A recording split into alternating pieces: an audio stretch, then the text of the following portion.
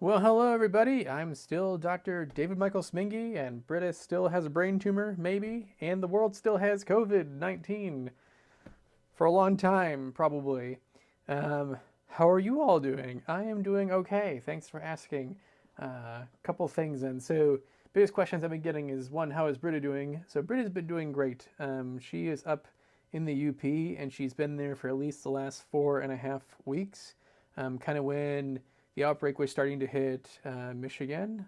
The two most hit areas are the areas where I work and live, so we decided that it'd be safest for Britta to go and be in the Upper Peninsula of Michigan, where she's far away from everybody and can be with her mother, and Perrin obviously went with her too.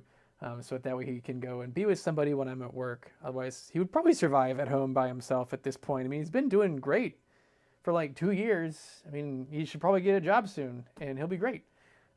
He knows his ABCs. He did turn 2 a little bit ago last week. We had a waffle cake, or at least he had a waffle cake in the UP, and he seemed to really enjoy it. So Perrin is doing well. In terms of kind of next steps for Britta and what the plan is going forward for chemotherapy, so Britta had finished her chemotherapy cycle, and then what happened is that COVID hit. So she went to the UP. She's been able to get her labs drawn up there. The only problems have been that she's had a little bit low platelet count. Platelets being useful for things like stopping bleeding. So they held their chemotherapy for a little while, or not held, but just they're delaying this next cycle a little bit. She will get an MRI sometime here soon, and we'll see how things have changed. And I think Britta's got a great chance of things changing for the better. She's responded super well to chemotherapy, and I'm grateful for that. I know Britta's grateful for that. I know Perrin, if he could understand it, would be grateful for that too. So that's up and coming. So Britta's getting MRI soon, and then we will go ahead and probably start the next round of chemo here in the Upper Peninsula of Michigan. The caveat to that is that because of the hematological or blood problems that they've been seeing, specifically low platelets and then a little bit of a low, but not life-threatening low white count, they wanted to decrease the dosage of Britta's chemotherapy because she is just a little bit smaller than the average person. So they want to give her a little bit smaller than the average dose to help compensate for that. But I'm glad we kind of hit the chemo up front with a pretty high dose of chemotherapy medication, and I believe and think that Britta's tumor will very likely respond. And if it doesn't, I mean, that's what Easter's about. So, life's short. Make sure you're enjoying it. In terms of me, golly, so I've been serving mostly on the inpatient service. We have a really interesting schedule right now where I do get some downtime in the weeks where I'm not in the inpatient service, and I've really been appreciative of that. I think it's different treating COVID patients. It's kind of like running a step-down unit, meaning that like it's sort of like an ICU, but not quite there, where everybody requires a lot of attention. There's a lot of sick people. I mean, I'm in Livonia, Michigan. The average age has got to be something close to like 70 years old or something. So there's certainly a lot of patients and folks who are at risk for complications from COVID. It is very real. COVID is a very real thing. It does kill people. I had a pretty high mortality rate.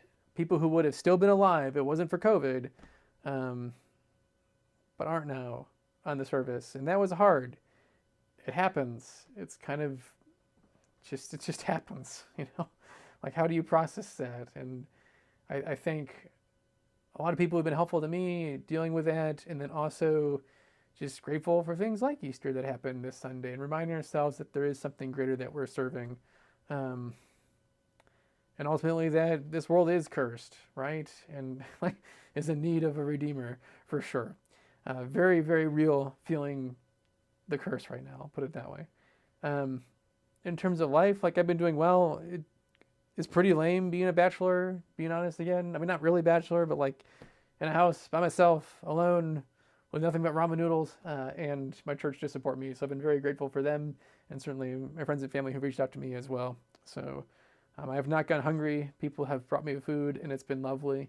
That is certainly something you can think about doing too.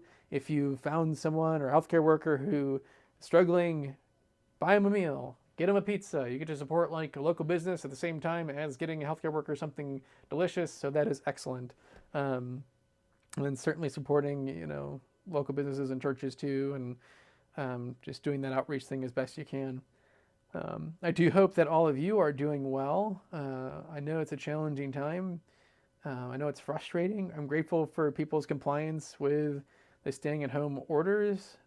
I know that they're a challenge, but it really, I think, is making a difference. And we're seeing a decline in inpatient numbers right now in our hospital, and I'm grateful for that. I know that's happening because people stopped going places.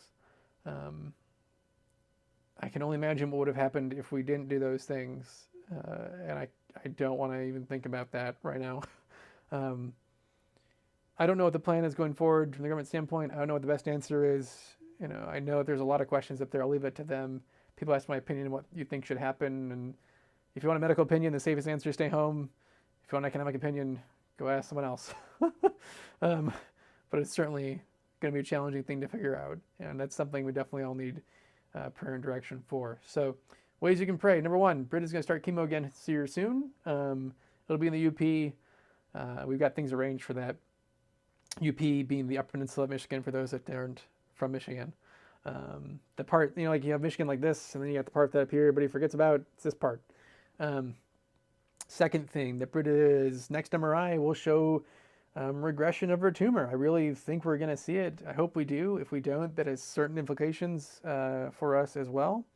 And then, just for me too. I mean, I think I've been tolerating doing well, being home alone, and tolerating the service and taking care of my patients, and I'll continue to do my job, and I'll do great care of people, and I'm going to read every night and have been reading every night about the latest things in COVID. I actually had a patient who didn't have COVID, and I'm like, what do I do with this person? I don't know. I haven't seen I don't know how to treat a normal person right now. I only know how to treat COVID. And even that's still quite a mystery that changes all the time. So, just grateful for all of you. Thank you for your support. I hope you're doing well, and take care. So, have a good night.